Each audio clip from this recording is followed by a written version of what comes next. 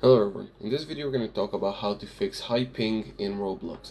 So first of all, what we're going to do is open up command prompt and we're going to type each one of these commands one by one. So we're just going to have these commands in the video description and you're going to be able to copy them from there. So copy them each one by one, paste it and press enter.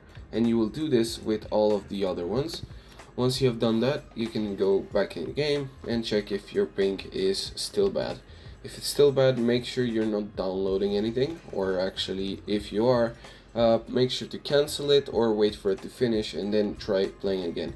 If you're still having ping, you can also check if any of these applications are using your internet speed.